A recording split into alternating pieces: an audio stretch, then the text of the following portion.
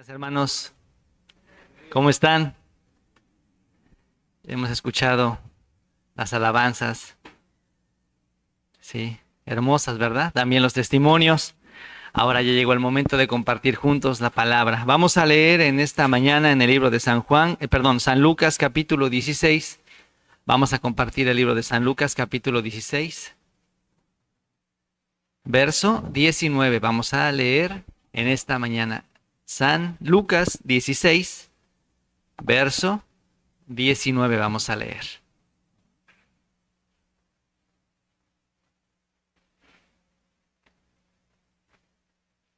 Dice así, voy a leer.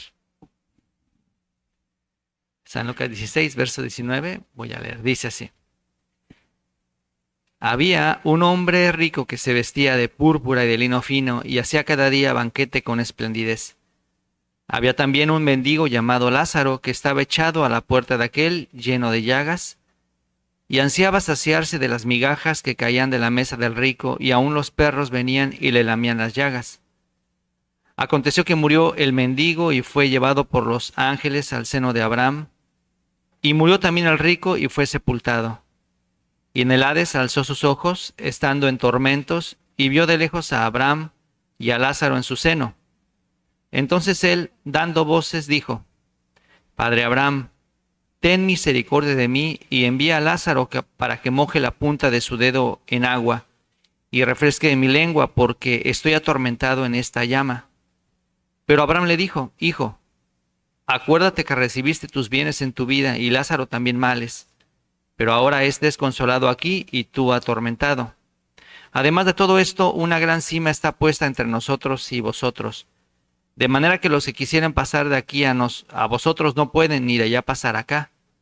Entonces le dijo: Te ruego pues, padre, que le envíes a la casa de mi padre, porque tengo 5 hermanos, para que les testifique, a fin de que no vengan ellos también a este lugar de tormento. Y Abraham le dijo: A Moisés y a los profetas tienen, óiganlos.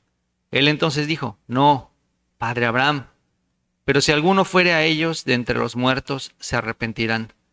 Mas Abraham le dijo: Si no oyen a Moisés y a los profetas, tampoco se persuadirán, aunque alguno se levantare de los muertos. Sí. Allá atrás, quienes no necesiten estar, tienen que estar aquí adelante, por favor. No hagan ahí mal ambiente. Los que no deben estar ahí acá adelante, por favor. Los jóvenes, sobre todo. ¿Sí? Esta historia, si ustedes leen, hermanos, no es una parábola como otras. Normalmente una parábola empieza hablando, es una ilustración de algo que no acontece en el mundo. O sea, en otro término podría decirse como podríamos decir una fábula, no fábula precisamente, sino utilizó una ilustración común, tal vez hasta de algún animal o algún objeto, para poder dar a entender un mensaje espiritual. Pero en este caso no aparece así como normalmente, ¿no? El reino de los cielos es semejante a, sino simplemente directo habla. Había un hombre rico. Había un hombre rico. Nos hace entender entonces que esto como que se abre el telón de lo que va a ocurrir en la otra vida. Si nosotros nos hemos preguntado qué va a pasar después de la muerte, yo creo que el texto más claro de esto es esta historia del rico y Lázaro. Aunque otros textos nos hablan acerca de qué va a ocurrir, ¿verdad?, después de la muerte. Y lo que sí sabemos y lo que nos hace entender esto es que vamos a tener recuerdos, vamos incluso a tener memoria de lo que nosotros vivimos, aunque ahí no va a haber género, no va a haber hombre, no va a haber mujer, pero sí vamos a tener la conciencia, sí vamos a tener los recuerdos de lo que hicimos, de lo que vivimos, las personas con las que convivimos. A veces así, jugando, bueno, no jugando, sí jugando entre mis hijos y mi esposa y yo, ¿Ahí vamos a ser esposos? Y dice, no, gracias a Dios, dice ella, ¿no? Gracias a Dios. Pero nada más, vamos a recordar, yo viví así, yo viví con tal o hice tal cosa. Y seguramente también veremos a muchas personas, vamos a recordar también, tal como aquí lo habla. Lo único que va a cambiar va a ser nuestro cuerpo, o sea, un cuerpo espiritual, un cuerpo de resurrección. Eso es lo que va a hacer la diferencia, ¿sí? Pero ahora este no es nuestro mensaje, lo que vamos a compartir en esta mañana, sino em, qué percepción nosotros tenemos es de las cosas. A veces nosotros pensamos que las situaciones son lo que nos forman. Y me viene a mi mente una historia que a veces yo también he platicado con ustedes. Un, un autor de historias infantiles, Hans Christian Andersen, quien ha escuchado acerca de Hansel y Gretel o El Patito Feo, él es autor de esos cuentos que él siendo un salvo, en ese tiempo de dificultad, él quería transmitir una esperanza a los niños. Y una manera para hacerlo era a través de las historias, a través de los cuentos. En el libro, en la historia del Patito Feo, ahí habla o cuenta cómo una persona o sea, se refiere a un nacido de nuevo, ¿no? O sea, ese patito feo que pues se creía patito, ¿verdad? Pero finalmente era un cisne, ¿verdad?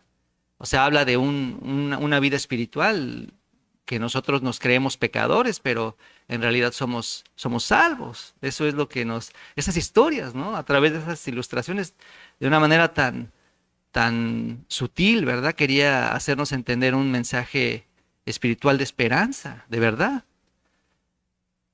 Y hay una historia que a mí en particular me gusta mucho, que nosotros también hemos visto en las representaciones del coro Gracias. Ana, la historia, la niña de los cerillos. Y en esa historia igualmente es una manera de dar una esperanza en medio de la dificultad. Porque aunque en la historia del coro Gracias, en el cuento del coro Gracias, ahí el final es muy diferente, porque ahí aparece de que la niña tiene un sueño, ¿no? Una niña bien caprichosa, una niña bien orgullosa, que menosprecia a todo el mundo, no hace caso de nadie, bien rebelde, bien egoísta. Aquí no habrá quien tenga hijos así, ¿verdad? Solo en esa historia, ¿verdad? No tenemos hijos así nosotros, ¿no?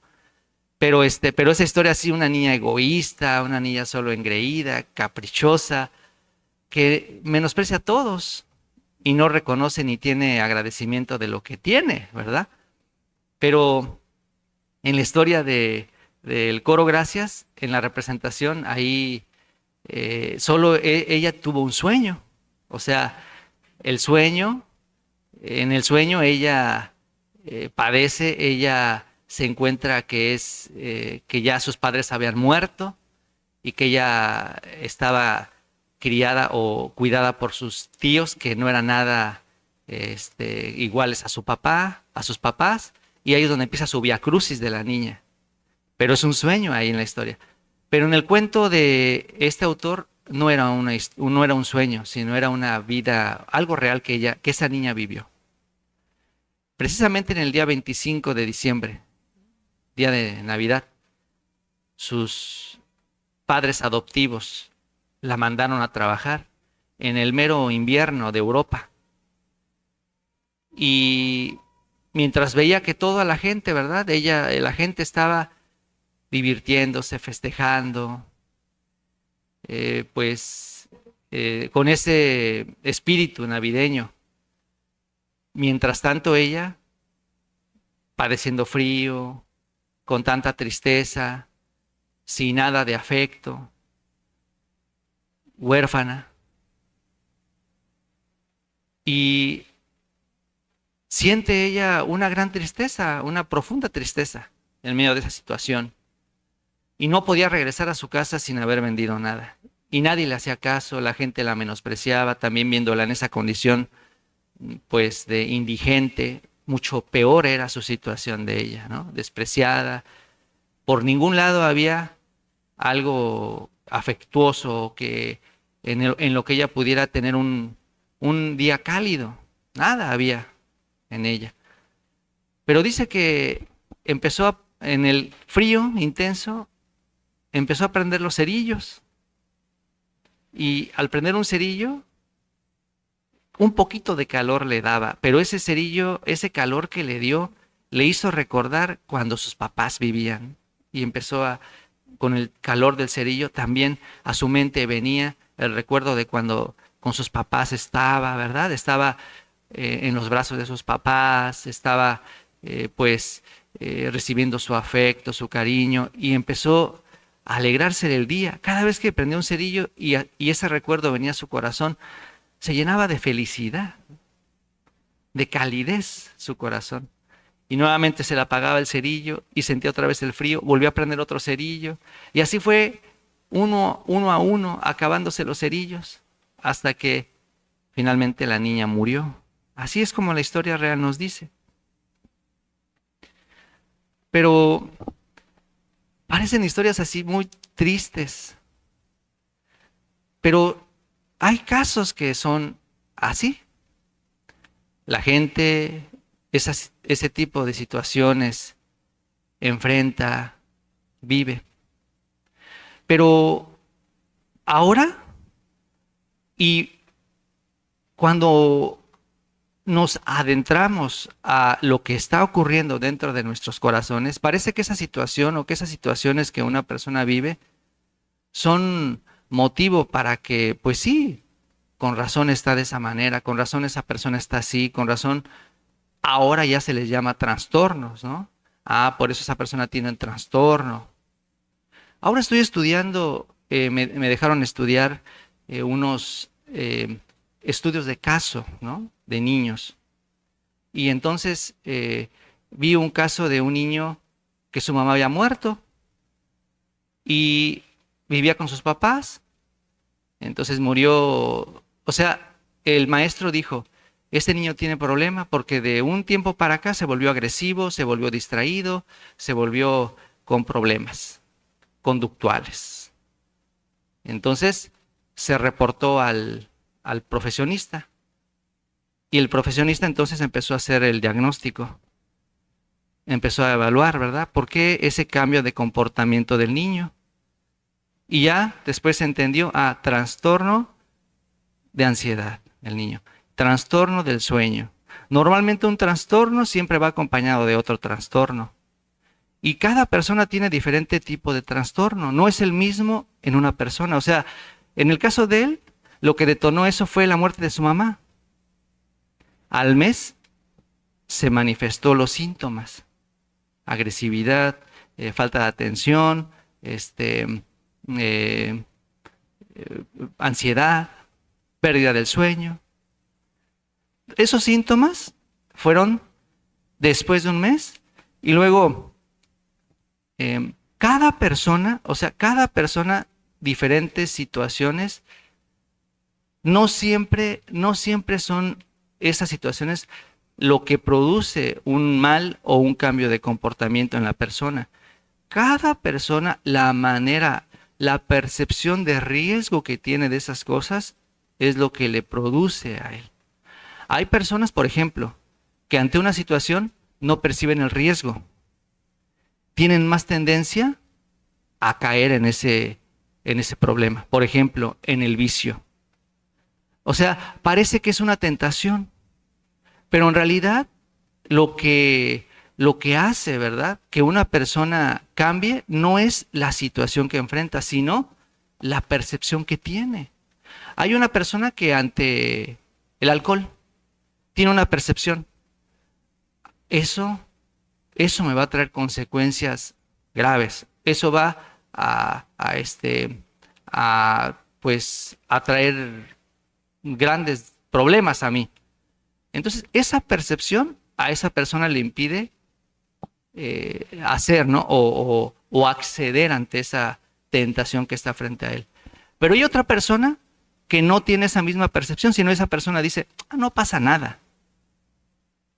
Tienen la misma situación, pero la diferencia es la manera en la que cada uno percibe. Por eso, aunque todas las personas tenemos alguna otra situación, un problema, una dificultad, pero la manera en la que uno percibe es lo que cambia, hace la diferencia entre uno y otro. ¿Por qué a una persona, una situación, le pega tanto o le da tanta tristeza o le da tanto dolor? ¿Por qué otra persona, al contrario, le hace desarrollarse más, le hace crecer más? Esa situación misma mala, al contrario, le catapultó, le ayudó. ¿Por qué es así? Todo tiene que ver en la forma en la que nosotros percibimos las cosas. Por eso,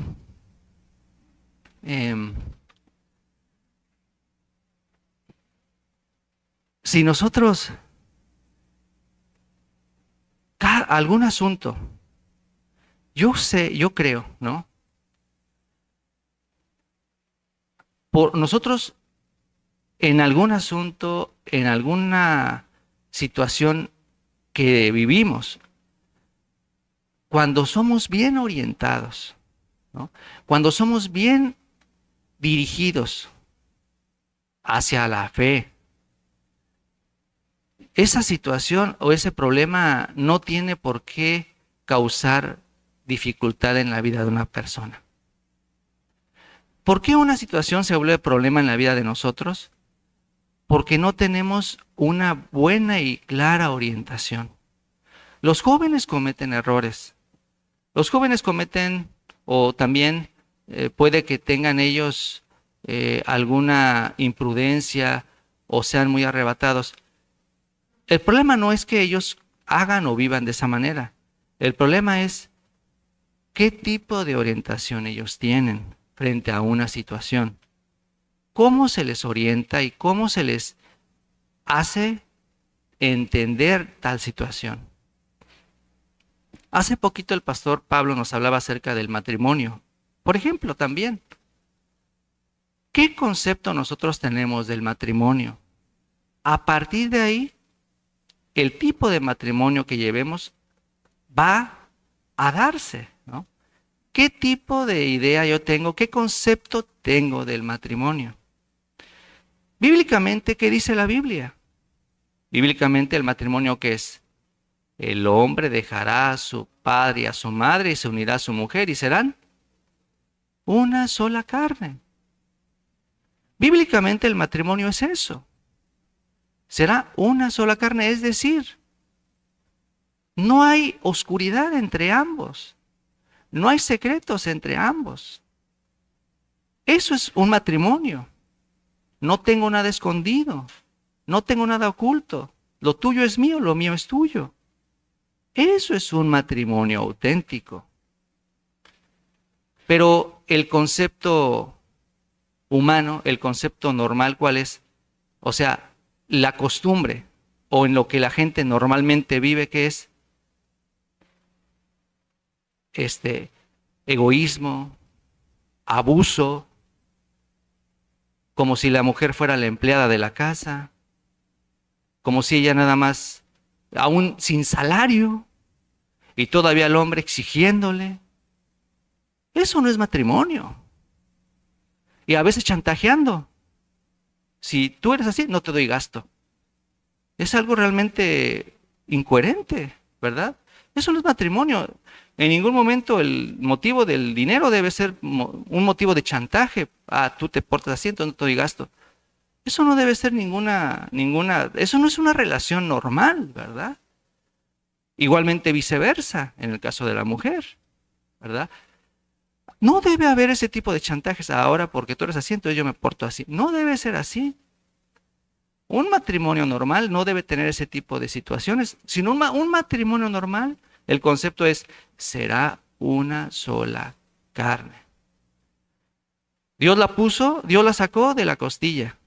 ¿Por qué no la puso, no la sacó de los pies? Para que no se pisotee. ¿Por qué no la sacó de la cabeza? Para que no esté arriba del hombre. La puso de este lado, la sacó de este lado, ¿no? De en medio, para que estuviera a la altura, al nivel. Su compañera, su ayuda idónea. Es solamente cuestión de entender los conceptos. Si una persona comprende, en eso consiste el matrimonio, compartir. Compartir. Ya no es mío. Ni siquiera mi cuerpo ya es mío. Es de ella. Juntos. Todo. Lo económico, mis problemas, mis alegrías, mis fracasos, mis éxitos. Todo es de los dos. Yo viví en una familia donde yo no vi los pleitos entre mis papás. Después de ya más crecer, ya mi mamá me explicaba, ¿verdad? Un poquito de lo que ella vivió. Pero yo en esa parte agradezco, ¿verdad? Porque yo sentí que viví en un hogar donde recibí el cariño de mi padre. Yo sentí esa armonía, al menos yo así me sentí en medio de todo lo que en el hogar, ¿verdad? Vi otras cosas, pero al menos yo sentí eso. Cada uno percibe de diferentes formas. Por eso hay acontecimientos que a los hijos dañan desde ese entonces. Porque no se le orientó bien. Vino una desgracia. Yo me quedé huérfano a los 8 años, ¿no? Pero ahora yo entiendo, ¿verdad? Que si eso no hubiera ocurrido, entonces yo no hubiera recibido la salvación. Yo no tengo ningún resentimiento de que, ¿por qué me quedé huérfano? No tengo nadie a quien reclamarle, ni mucho menos, al contrario, yo ahora digo, gracias Dios, gracias Dios.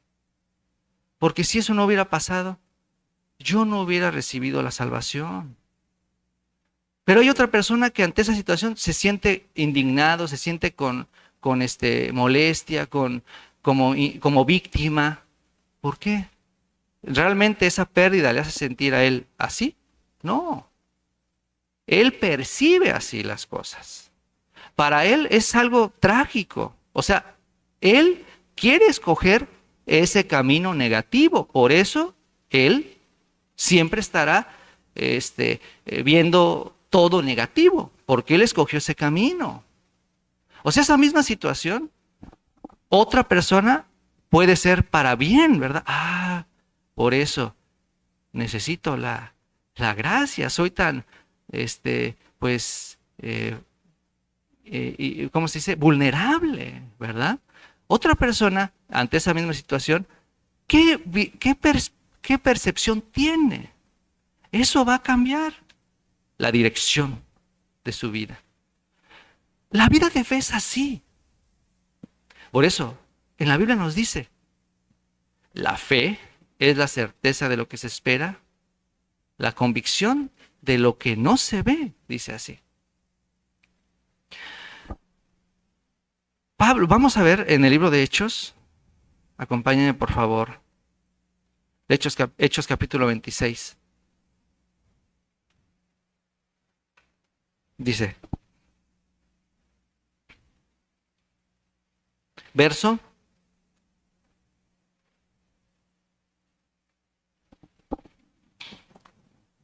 Hechos capítulo 26, verso 15. Hechos 26, 15 dice, yo entonces dije, ¿quién eres, Señor? Y el Señor dijo, yo soy Jesús, a quien tú persigues. Pero levántate y ponte sobre tus pies porque para esto he aparecido a ti, para ponerte por ministro y testigo de las cosas que has visto y de aquellas en que me apareceré a ti. ¿Se da cuenta? ¿Qué, qué cambia, no? ¿Qué cambia la dirección de la persona? ¿Qué ve? Por ejemplo, cuando Jacob huyó de su casa porque su hermano quería matarlo, él llegó al desierto, ¿verdad? A Betel, un lugar desértico.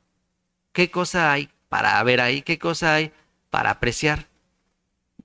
Un desierto, pues solo riesgos, solo peligros. Por un lado, eso es lo que él podía haber visto.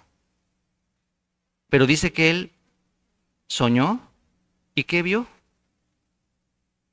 Que Dios bajaba, Dios estaba en la cima, en la parte alta, y bajaban ángeles, descendían, subían ángeles, y una promesa que le decía: yo estaré contigo, no te dejaré hasta que cumpla todo lo que te he dicho. Cuando él se levanta, él ve que eso no es un desierto, sino él ve, esto es casa de Dios. ¿Qué cosa vemos en medio de tal situación? ¿Qué cosa vemos? ¿Qué cosa ve usted en su vida, en las situaciones que pasan? Usted ve, esto es para que Dios trabaje. O es una desgracia. ¿Por qué vine aquí? ¿Para qué hice esto? Mejor me hubiera quedado. De eso depende usted qué camino tome. Así va a ser. ¿Espera usted que la situación se mejore? ¿La situación va a cambiar su percepción? No. De ninguna manera. ¿Qué veo en medio de esa situación? Él vio Dios que estaba en el desierto, Betel, y gran fuerza vino, aunque estaba el desierto, pero ¿qué vino a él? Dios está conmigo, Dios me va a regresar. Le sostuvo hasta que regresó, ¿no? Mientras que su hermano, ¿qué vio? Solo vio órdenes, ordenanzas. Mi papá dice que no me case con tal mujer, mi papá dice que no haga tal cosa. Solo se limitó a ver puras cosas superficiales y vanas. ¿Qué vemos nosotros? Fíjese entonces, aquí dice Pablo, ¿verdad? ¿Qué es lo que Dios, al llamarle, qué le dijo que le iba a enseñar a él? ¿Me ha aparecido a ti para qué? Para que seas ministro y testigo de las cosas que has visto y de aquellas en las que me apareceré a ti.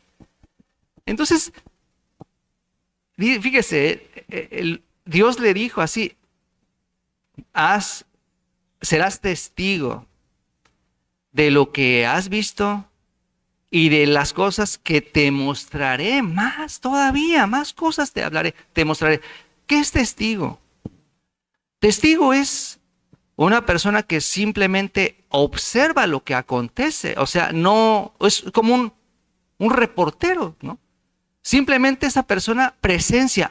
Yo vi que así iba la moto y que después el carro llegó y así chocaron. Eso es simplemente un testigo, ¿no?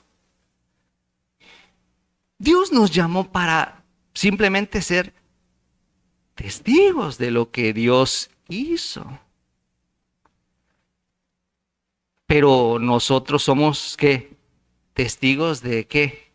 De lo que nosotros hacemos, de lo que nosotros hicimos, de nuestra ser nada más es donde está nuestra mirada puesta.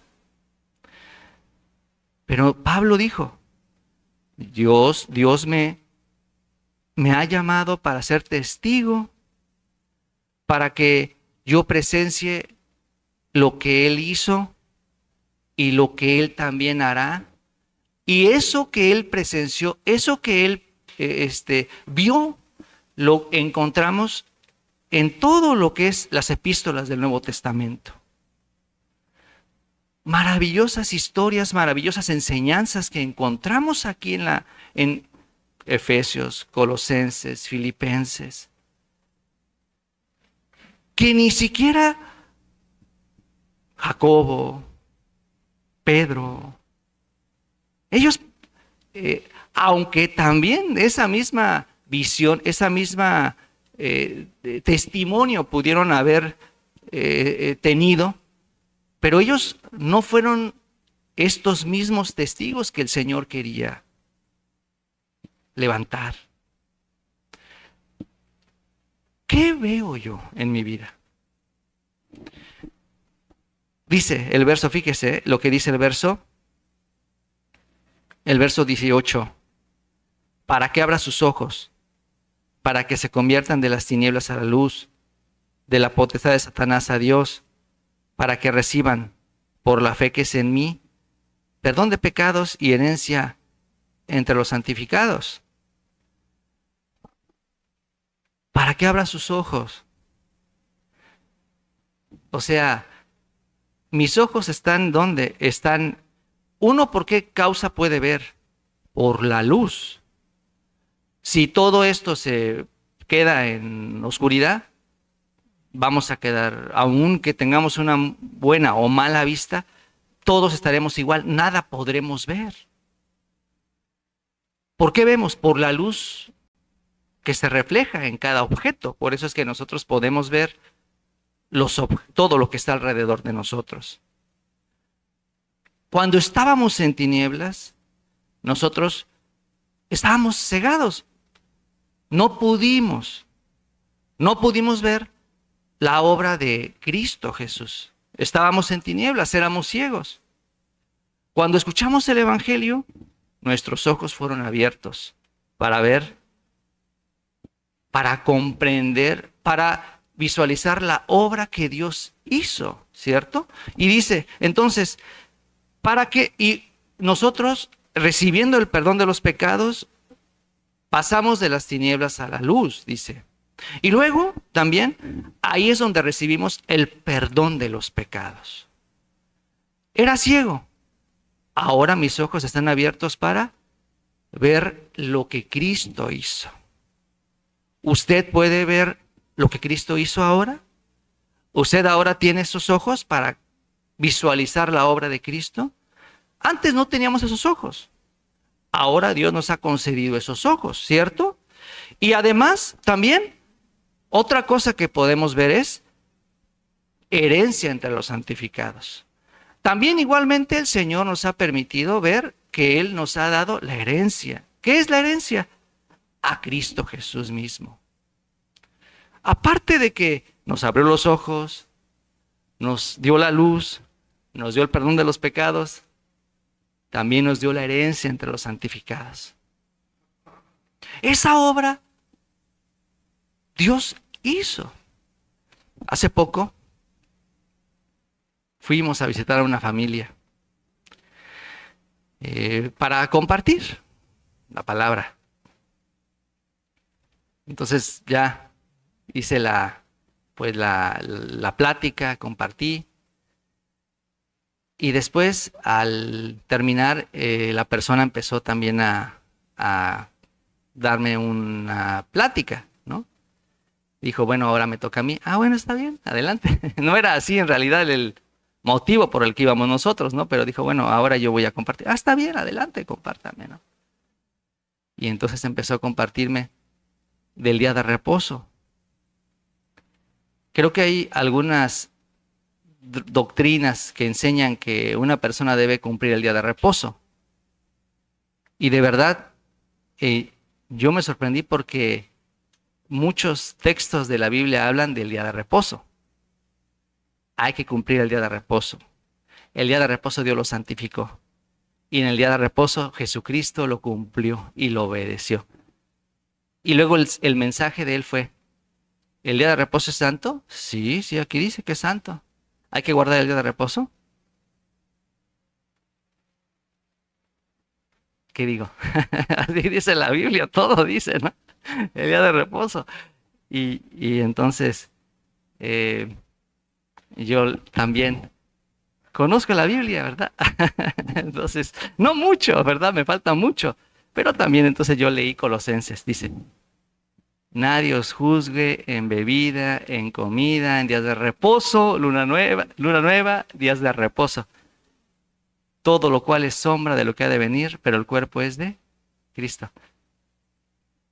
El día de reposo es Cristo. ¿Qué? Sí, el día de reposo se refiere a Cristo. No, pero aquí dice que hay que cumplir el día de reposo. A ver, ¿Pablo enseñó que debemos cumplir el día de reposo? Enséñeme. ¿Quién enseñó que debemos cumplir el día de reposo? No me contestó, ¿no? Solamente él, por esos textos, el día de reposo santo, entonces hay que cumplir el día de reposo. Y después, él me enseñó.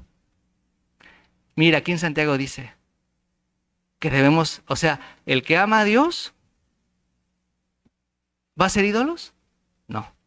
El que ama a Dios, ¿va a adorar otras cosas? No. El que ama a Dios, ¿va a desobedecer el día de reposo? Me llevó a eso, ¿no? Así, la explicación de él. Parecía muy congruente. Y luego llegó a Santiago. Si desobedecemos en un punto, nos hacemos culpables de todo. Y le digo, entonces, ¿usted cumple el día de reposo? Sí. ¿Y los demás los cumple? Me esfuerzo.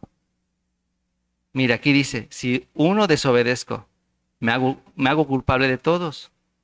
¿Usted obedece los 10 mandamientos? Me esfuerzo. Bueno, ¿ha desobedecido o no? Sí. ¿Qué pasa entonces cuando desobedece? Tengo a mi abogado. Por eso es lo que le estoy diciendo. ¿A dónde nos lleva todo? El fin es Cristo. Es lo que le estoy diciendo. El fin es Cristo. O sea, por donde le busque. Aunque usted me hable de que el día de reposo o que el nombre de Jehová hay que adorarlo, lo que sea, lo que me diga, todo nos va a llevar a Cristo. ¿Usted cumple los 10 mandamientos? No, pero tengo mi abogado. Cristo me limpia. Por eso, o sea, finalmente a Cristo vamos a llegar. Esa es la clave, ese es el punto central de la enseñanza, Cristo Jesús. Bueno, si usted quiere seguir obedeciendo el sábado y tratando de esforzarse, adelante. Yo opté por creer en Cristo. Por eso soy justo, soy limpio. Si usted quiere seguir así, adelante. Ya no me dijo más, ¿verdad? Pero esa es, o sea, así, ¿qué veo? Aunque es la misma Biblia, pero ¿qué veo? Debo hacer, debo esforzarme, debo tratar. Otro que ve, Cristo hizo, Cristo hace, Cristo ya completó todo. Eso va a cambiar la dirección, eso va a definir el curso de la vida de cada uno. ¿Qué veo? ¿Qué vio? ¿Qué le mostró Dios a Pablo? Tú me verás, serás testigo de qué? De mí. Y no, ¿qué dice, por ejemplo, Filipenses? Todo lo tengo por basura para ganar a Cristo. Fui irreprensible, fui bueno, fui excelente. Es basura. Solo Cristo. Así es, ¿no? ¿Qué veo yo? Hoy leímos entonces en el libro de San Lucas capítulo 16. Vamos ahí, por favor. Vamos ahí. San Lucas capítulo 16.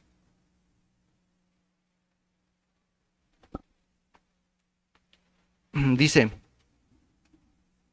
verso 19. Había un hombre rico que se vestía de púrpura y de lino fino y hacía cada día banquete con esplendidez. Había también un mendigo llamado Lázaro que estaba echado a la puerta de aquel, lleno de llagas, y ansiaba saciarse de las migajas que caían de la mesa del rico, y aun los perros venían y le lamían las llagas. Y aconteció que murió el mendigo y fue llevado por los ángeles al seno de Abraham, y murió también el rico y fue sepultado. Bueno, no menciona mucho de lo que ellos vivieron. No habla muchos detalles de la vida, pero sí más o menos nos damos una idea de la vida que ellos llevaron. Aunque parecen casos extremos, porque por un lado el hombre rico fue una persona con opulencia, una persona de excesos, una persona pues que nunca le faltó nada. Y por otro lado el hombre Lázaro, el mendigo, fue una persona pues en la miseria completa. Por eso son dos casos extremos. De ninguna manera eso nos está diciendo que entonces la pobreza va a ser aceptada por Dios. De ninguna manera esto quiere hablarnos, ¿no? Y que Dios está en contra de la riqueza. Eso no tiene nada que ver, eso no es nada. Porque, por ejemplo, Zaqueo era rico y fue salvo. O sea, eso no es lo que nos está diciendo aquí, ¿no? Hay pobres ricos, hay ricos pobres.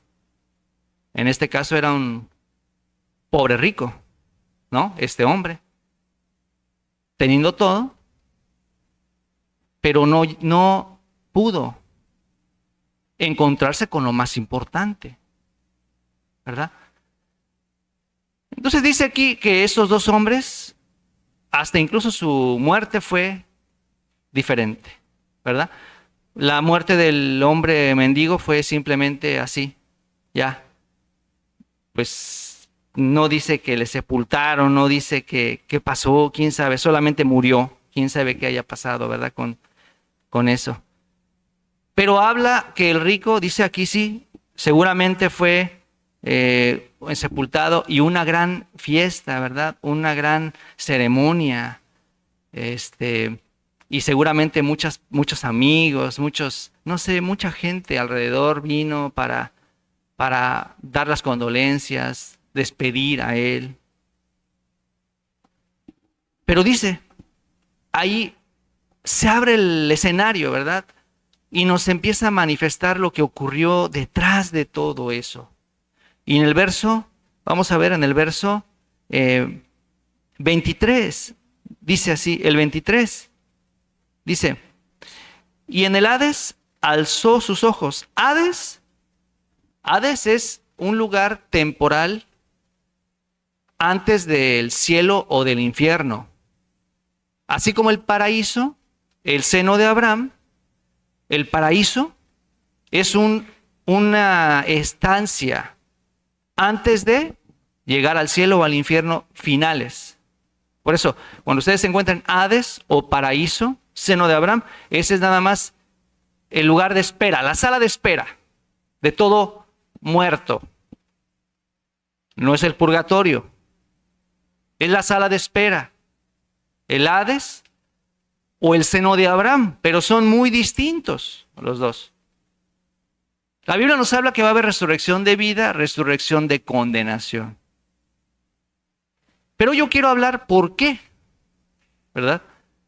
¿Por qué es, o sea, qué define, ¿verdad? A cada uno la dirección, ¿no?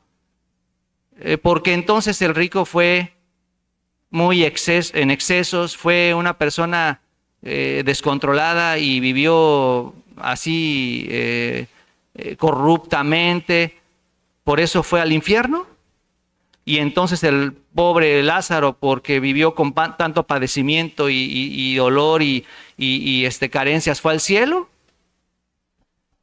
Dice en el verso 23, y en el Hades alzó sus ojos estando en tormentos y vio de lejos a Abraham y a Lázaro en su seno. Fíjense ustedes cómo aquí menciona, ¿verdad? Vio de lejos a Abraham y a Lázaro en su seno. Hace referencia a Abraham. Mientras él estaba en el Hades, que no es el infierno, pero es la antesala del infierno. Aquí se ve, ¿verdad? Que, pues bueno, las condiciones en las que está en el Hades, lugar de tormento. No es el infierno, pero sí menciona el gran calor que hace ahí. Y ya él está en tormento, pero ya es el tormento eterno. O sea, pero ahora solo está en ese lugar antes de que ya esté permanentemente en el lago de fuego.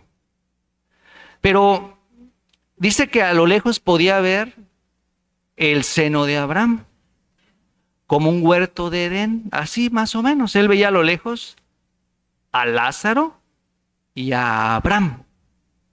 ¿Por qué a Abraham? ¿Por qué no a Jesucristo? ¿Por qué no a Elías? ¿Por qué no a otro, a Moisés? ¿Por qué no a otra persona? ¿Por qué a Abraham?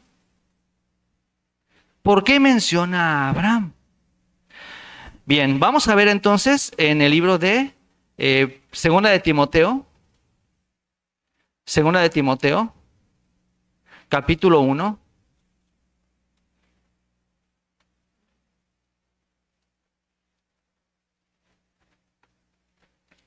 9-11. Capítulo 1, verso 9 al 11. Dice, el 9, dice así. Dice así.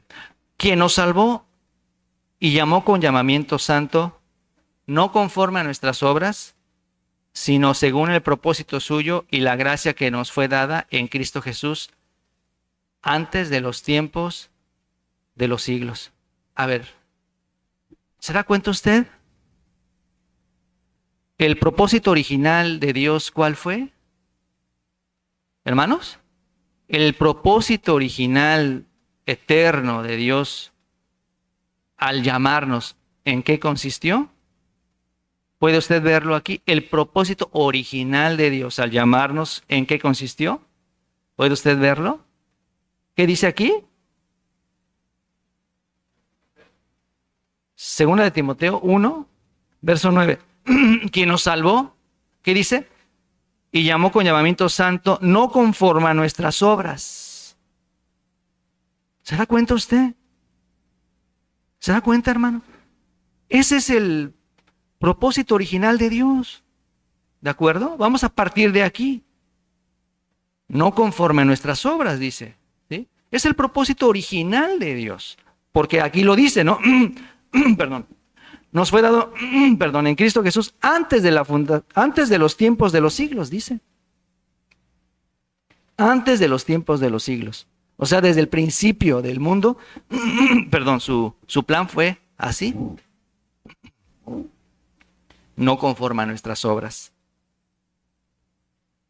Pero Dios tenía que esta verdad, este plan, revelarlo a través de alguien. Tenía que hacerlo. Y así, desde Adán, Dios eligió a ese personaje para revelar este propósito suyo. ¿Quién fue? Abraham. Si vamos a Gálatas, por favor, vamos a leer Gálatas, capítulo 3. ¿Sí? Vamos a ver en qué consistió ese llamado que Dios hizo por medio de Abraham. Dice entonces en el capítulo 3, en el verso 8, ¿de acuerdo? Veamos lo que dice. Y la Escritura, previendo que Dios había de justificar por la fe a los gentiles, dio de antemano la buena nueva a Abraham, diciendo, en ti serán benditas todas las naciones. Entonces vamos a leer juntos el verso 9. Leamos juntos el verso 9, ¿de acuerdo? 1, 2, 3. De modo que los de la fe son bendecidos con el creyente Abraham. En la historia del libro del hijo, perdón, de Lázaro y el rico, hace referencia a Abraham, porque el plan original de Dios es que el hombre fuera bendecido sin obras, dice, ¿no? Ese fue su plan auténtico, nunca ha cambiado.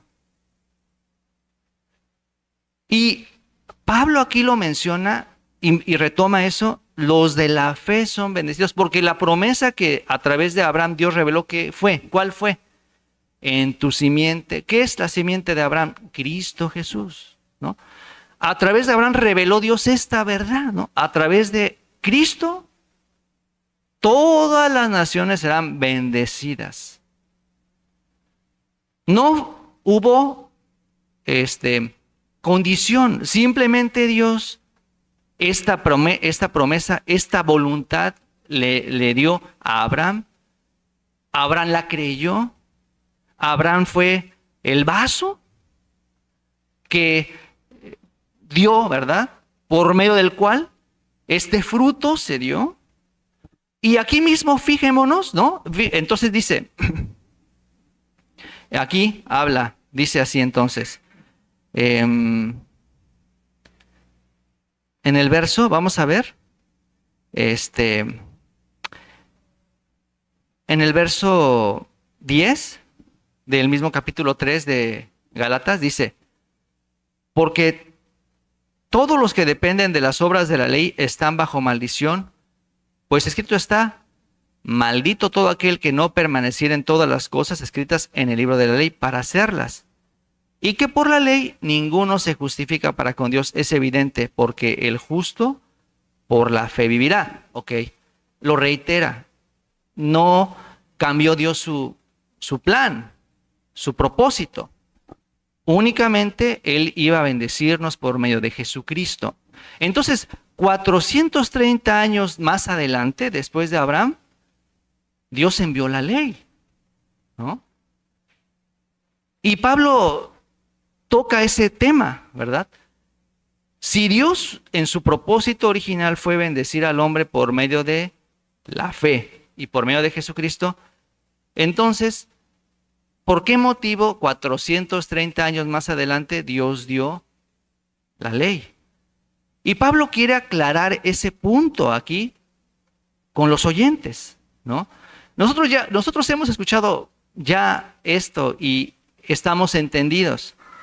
El propósito de la ley es como un espejo para poder ver quiénes somos, por lo cual solamente la ley nos hace entender que somos pecadores. Eso ya nosotros lo escuchamos y lo entendemos. Entonces Pablo aquí, esa misma parte, la toca, pero si vemos aquí en el verso 19, vea usted lo que dice. Entonces, ¿para qué sirve la ley? Fue añadida a causa de las transgresiones hasta que viniese la simiente a quien fue hecha la promesa, y fue ordenada por medio de ángeles en mano de un mediador. Entonces, fíjese usted, la ley implicó un referí, un mediador. Para dar la promesa no hubo referís, no hubo mediadores, no hubo quien pusiera los términos, porque el único término que Dios puso en cuanto a la promesa fue cree. Por eso no había necesidad de referís o mediadores. Simplemente Dios dijo, el que en Cristo todos serán bendecidos. Nunca le puso términos, condiciones. Por eso no había necesidad de mediadores. Pero en el caso de la ley, dice aquí, hubo mediador. Es decir, hombre, si tú obedeces, Dios te va a bendecir. Dios, si el hombre cumple, tú lo vas a bendecir. ¿Están de acuerdo? Así el mediador hizo, ¿no? ¿Están de acuerdo? Y Dios dijo, me comprometo a bendecir al que cumpla. Y el hombre, me comprometo a cumplir para ser bendecido. En eso consiste la ley. Hubo un mediador. Porque no es de fe, porque es de obras. Pero claramente aquí nos está diciendo El único propósito fue hasta que Cristo viniera, porque por ello nosotros lo que nos dimos cuenta, ¿verdad? Lo que nos hizo ver la ley que vino 430 años después, únicamente lo que nos hizo ver fue, yo no puedo. Por ese motivo, ¿a dónde nos llevó? Por eso necesito creer en Cristo. Y ahí se cumple el propósito de Dios, ¿cierto? Ahí es donde todo lo que la Biblia nos enseña llega, a ese punto nos lleva.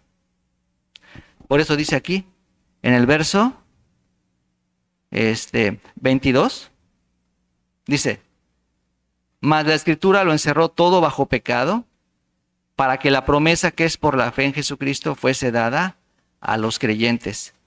Pero antes que viniese la fe, estábamos confinados bajo la ley, encerrados para aquella fe que iba a ser revelada. O sea, antes de que viniese la fe, nosotros en nuestros esfuerzos estábamos tratando de perfeccionarnos, de mejorarnos en nuestro esfuerzo. Cuando vino la fe, cuando vino esa revelación, Cristo lo hizo todo. Somos justos, somos limpios. Acabó la ley. Ya no necesita la persona estar en la ley. Ya no necesita nuevamente estar sometida a la ley.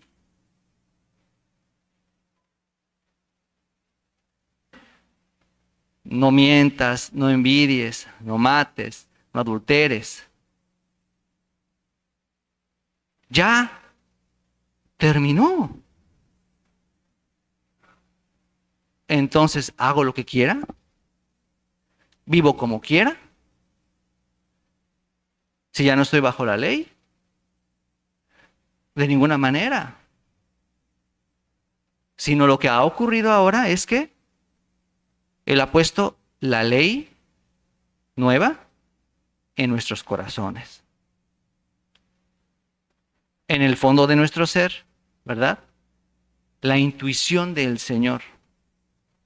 Ahora nos muestra, independientemente de nuestros sentidos, independientemente de nuestro razonamiento y de nuestra lógica, la intuición de Dios nos muestra su propósito y la conciencia nos confirma o nos reprueba si estoy en la voluntad del Señor. Esa acción, esa obra, el Señor ahora está haciendo en los creyentes, ¿no? Por eso, hasta así, efectivamente, así realmente ha ocurrido. Venida la fe, ya no estamos bajo ayo. Entonces, Lázaro, ¿dónde estaba? Con Abraham. ¿Por qué estaba con Abraham? Porque creyó. Creyó en Jesucristo. No es por su pobreza que él estaba ahí. Tal vez hubiera sido al revés, ¿no? El rico hubiera estado en el Hades, en el paraíso. Si el rico hubiera creído, él hubiera estado en el paraíso.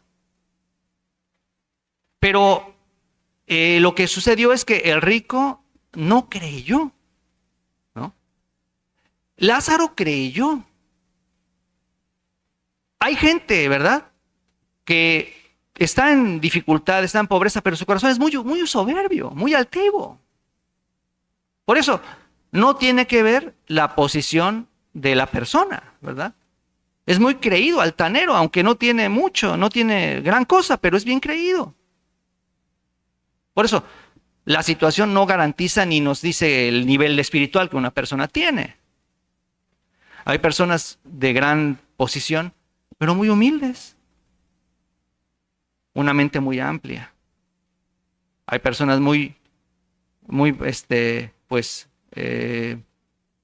humildes, económicamente, materialmente, pero un corazón bien altanero, bien cuadrado. Por eso, aquí es una gran bendición que que Lázaro haya recibido la salvación. Creyó el Evangelio, ¿no? Recibió la salvación. Cuando alguien llegó ahí a donde él estaba, le compartió sobre el perdón de pecados. Y el Lázaro, pues ya a lo mejor en la agonía, él aceptó, ¿verdad? Él, pues a lo mejor ya entendió su destino. Pronto voy a partir yo de este mundo. ¿Qué me queda? Y creyó al Evangelio. Oye, Lázaro, el Cordero de Dios que quita el pecado del mundo. Y entonces él creyó. Por eso, ¿dónde estaba? En el seno de Abraham. Pero dice aquí, vamos a ver en San Lucas 16, vamos a volver, San Lucas capítulo 16, en el verso 24. El verso 24. Entonces él, dando voces, dijo, el 24, entonces él, dando voces, dijo, Padre Abraham, ten misericordia de mí, y envía a Lázaro para que moje la punta de su dedo en agua, y refresque mi lengua, porque estoy atormentado en esta llama. Pero Abraham le dijo, Hijo, acuérdate que recibiste tus bienes en tu vida, y Lázaro también males, pero ahora éste es consolado aquí, y tú atormentado. Además de todo esto, una gran cima está puesta entre nosotros y vosotros, de manera que los que quisieren pasar de aquí a vosotros no pueden, ni de allá pasar acá. ¿En qué situación se encontraba entonces este hombre? Aquí, en este lugar, nos permite ver el problema por el cual ese hombre estaba ahí. Aquí nosotros podemos analizar la personalidad de este hombre. Mientras él estaba en vida, él podía, ¡hey, tráeme una coca! ¡Tráeme un agua! ¿No? Sí, ¿verdad? O sea, él tenía esa, pues, autoridad, incluso hasta prepotencia. ¡Hey! Y no le trae lo que quiere. ¿Sabes qué? Vete. Y no sé, o sea, a lo mejor hasta él era así, ¿no? Prepotente, no sé. Puede, o a lo mejor no, ¿verdad? Pero en vida él podía darse el lujo de lo que él quería. Eso no es problema, eso no es problema. El problema más adelante nos lo muestra. Mientras una persona más se va encerrando en sí mismo, más se hace terco de sus propias opiniones. Y aquí, pues bueno, vemos la facilidad para poder hablar lo que él siente, lo que él quiere, ¿verdad? Lo que él tiene. Antes él tenía la autoridad y rápido lo conseguía. Pero ahora, bueno, no se puede. Y él aquí al menos una gota de agua pedía. Antes él pedía una coca, ¿verdad? O pedía, no sé, no sé, una agua de horchata, de Jamaica, o esas, ¿cómo se llaman los de tamarindo con leche que están bien ricos? Esas cosas pedía, ¿no? Raspados de tamarindo, ¿no? Con leche, no sé, así. Él pedía, ¿eh? Así, a lo mejor eso él pedía, ¿no? En vida y rápido, ¿verdad? Pero ahora fíjense lo que él pedía, una gota de agua nada más, una gota de agua. Decía, por favor, una gota de agua. Pero ahora ya no pedía así, tráeme una gota de agua, Lázaro, apúrate. No, ahora no podía pedir así, ahora, por favor, ten misericordia, una gota de agua. Hay quien tiene carácter fuerte,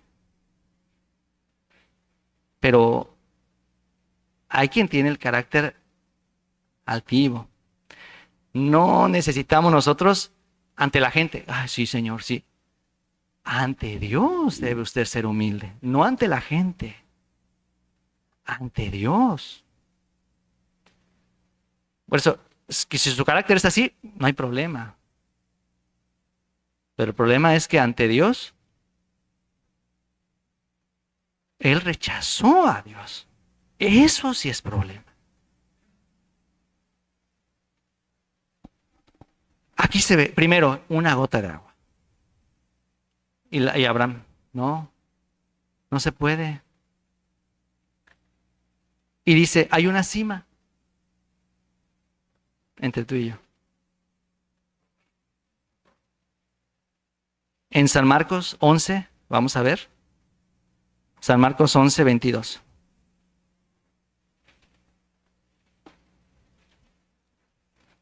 San Marcos 11, 22. Dice así. Respondiendo Jesús les dijo, tened fe en Dios, porque de cierto os digo que cualquiera que dijere a este monte, quítate y échate en el mar, y no dudare en su corazón, sino creyere que será hecho lo que dice, lo que diga le será hecho. ¿Qué es esa cima? ¿Qué es ese monte que está en medio? La razón en mi pensamiento. Esa es la gran separación que hay entre Dios y el rico. Hay una gran cima.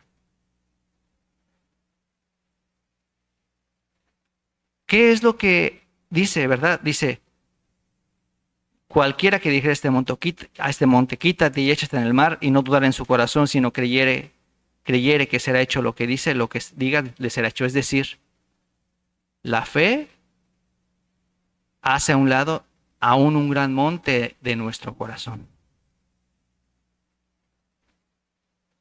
En ese lugar había un monte alto, grande. Pero Jesucristo dijo, aún un gran monte que hay en nuestro corazón, cuando llega la fe, es derribado, ¿no? Entonces, ahí podemos ver lo que estaba sucediendo con este hombre. Primeramente, él pedía una gota de agua.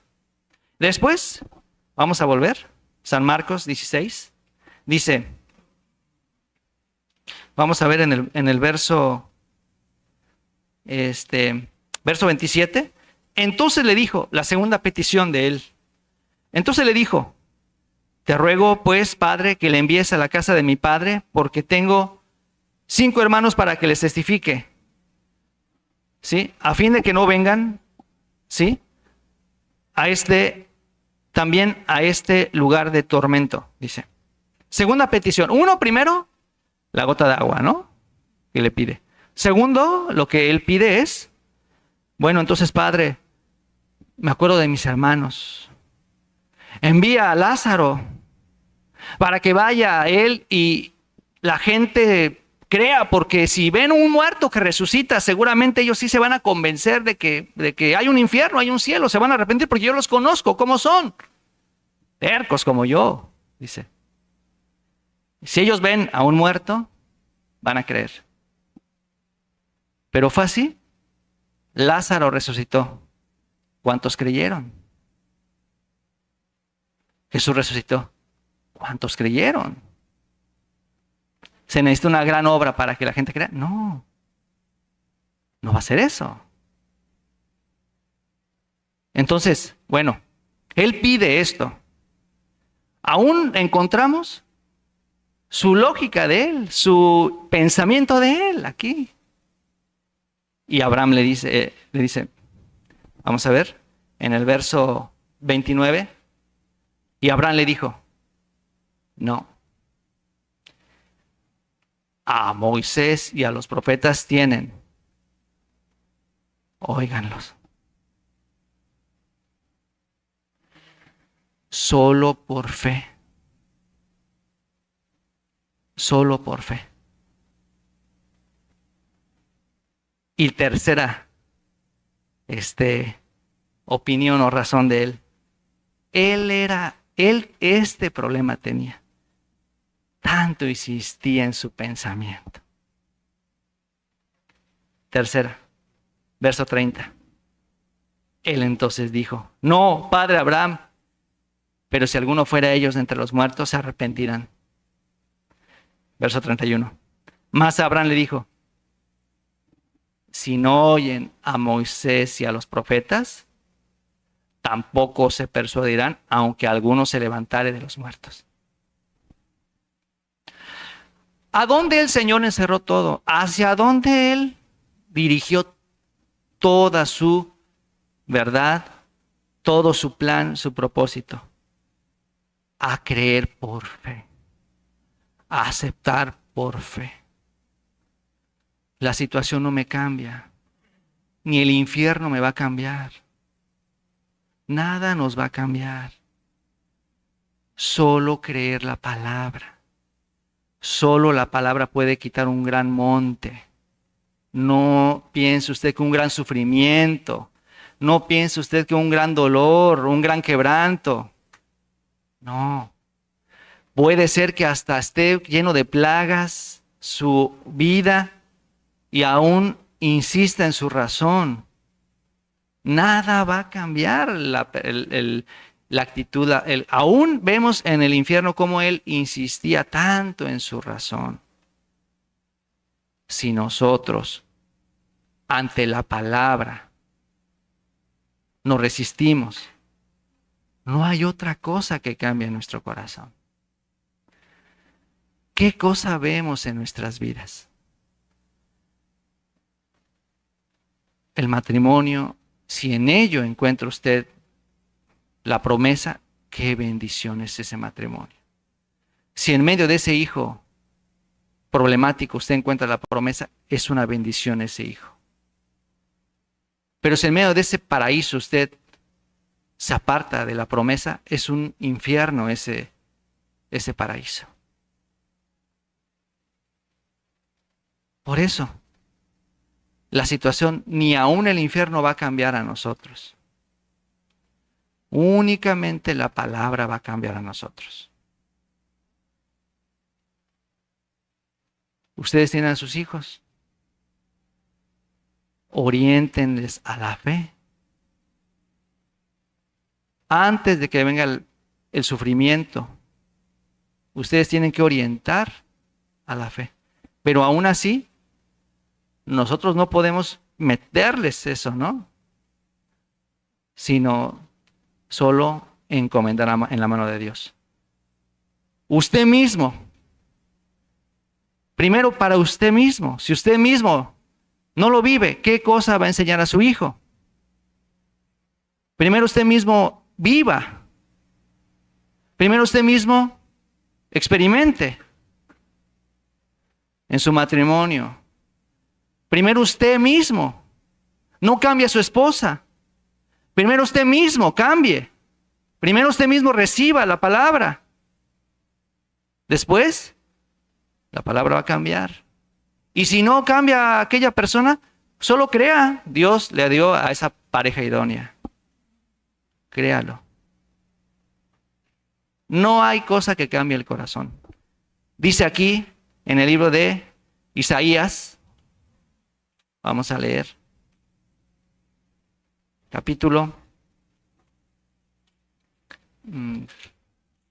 Isaías capítulo 66, verso 2. Ajá. Leamos juntos, por favor. Leamos todos juntos. Vamos a leer todos juntos. Capítulo 66, verso 2 del libro de Isaías. Vamos a leer todos juntos. Isaías 66, verso 2. ¿De acuerdo? ¿Ya tenemos? Isaías 66, 2. Leamos todos juntos a las 3. 1, 2, 3. Mi mano hizo todas estas cosas, y así todas estas cosas fueron, dice Jehová. Pero miraré a aquel que es pobre y humilde de espíritu, y que tiembla a mi palabra. Viva usted delante de Dios. Yo no trato de cambiar a mi esposa. A un tiempo yo trataba de cambiar a mi esposa. Incluso cuando en la mañana me levantaba, ay, es bien carnal, ella no se levanta a la meditación. Ahora ya, no, yo no tengo que cambiarla. Yo no tengo ni, ay, ¿cómo tan religioso he sido? Primero yo. Y para mí lo vivo, para mí lo hago. El hombre siempre debe ir un paso más adelante que la mujer, en el caso del matrimonio. Porque si la mujer luego ve que no hay expectativa en el hombre, lo menosprecia. El hombre siempre debe ir, ¿sabe qué? Dirigido por el Señor. El hombre siempre debe ir adelante, un paso más. Así habrá armonía en el hogar. O sea, si usted vive delante de Dios, aún lo que está alrededor va a haber respeto hacia usted. Si usted vive delante de Dios. Por eso, no espere ni piense que la situación se cambie hasta que ella cambie. Hasta que mi hijo cambie. No. Usted tiembla ante la palabra. Usted está viviendo delante de Dios. Entonces yo miraré a ese. Le repito, ni el infierno mismo nos va a cambiar. ¿Qué esperamos? ¿Qué situación? Por eso, el cangrejo, ¿verdad? Le dice a su hijo, camina derecho. ¿Por qué caminas así? ¿Y cómo camina el cangrejo? ¿Verdad? Camina derecho. Papá, quiero. Sí quiero, pero te veo y mira. Si usted toma su papel, dice el pastor Oxupar, en Tailandia hay mucho homosexual. ¿Por qué? Porque la mujer es la que hace el papel, toma el rol de padre. Los hombres se irresponsabilizan de la casa. Por eso hay mucho homosexual. Si usted vive delante de Dios, si toma usted en el hogar como varón de Dios, su papel de responsable, siempre y cuando ella sea así, hermano, viva delante de Dios. Si usted vive delante de Dios, entonces ahí, en ese hogar, el cambio va a empezar. Su esfuerzo, su obra no va a cambiar a nadie. Si usted vive delante de Dios, más que las palabras, esa vida va a actuar en ese hogar. Por eso, no espere usted que alguna cosa caiga, un milagro. Si la palabra está establecida en nuestras vidas, si nosotros ante la palabra, yo le digo a mi esposa, antes que tú está Dios, así yo le reitero a ella, antes que tú está Dios. Sí, te quiero y yo sé lo importante que eres, pero antes, primero Dios. Aún una cosa que a ti te disguste, pero es delante de Dios, lo hago. Así vivo. Por eso, hermanos, nosotros cuando tomamos ese papel, usted vive delante de Dios, encomendando ante Dios igual a su familia, a sus hijos. Entonces, no necesitamos esperar a que la situación venga y remedie las cosas, no. Sino, como dice aquí, Él mira a quien tiembla a mi palabra. No necesita usted ante la gente, sí, está bien, así no necesita usted portarse así, sino delante de Dios. Esta es la voluntad de Dios, esto Él quiere. Ahí sí, me quebranto. Entonces, viva usted de esa manera. Aunque parece que se porta grosero, pero si usted vive delante de Dios, hasta yo le respetaré. Ese hermano vive delante de Dios. Qué bien, ¿no? Pero si usted se revela, usted tiene lleno de razón, solo voy a verlo, ese hermano es un político. Nada más le gusta andar ahí de argüendero y hablando. Pero si usted delante de Dios está, lo respeto, es hermano. ¿Sí? Por eso, la Biblia nos dice así, miraré a aquel que es pobre y humilde de espíritu, que tiembla a mi palabra. Vamos a vivir así, hermanos. En cualquier momento nosotros los ministros somos cambiados. Usted no viva delante del hombre. Si estamos nosotros, usted viva delante de Dios. El dueño de la iglesia es el Señor. Usted viva así. No viva, es que ese ministro me caía bien. Es que este otro es diferente. No vivan así. Usted viva delante de Dios y tenga conciencia limpia delante de Dios. Entonces, de esa manera, verá usted cómo la situación no va a ser problema. Dios trabaja, Dios va a actuar, Dios obrará fuertemente. Amén. Vamos a terminar.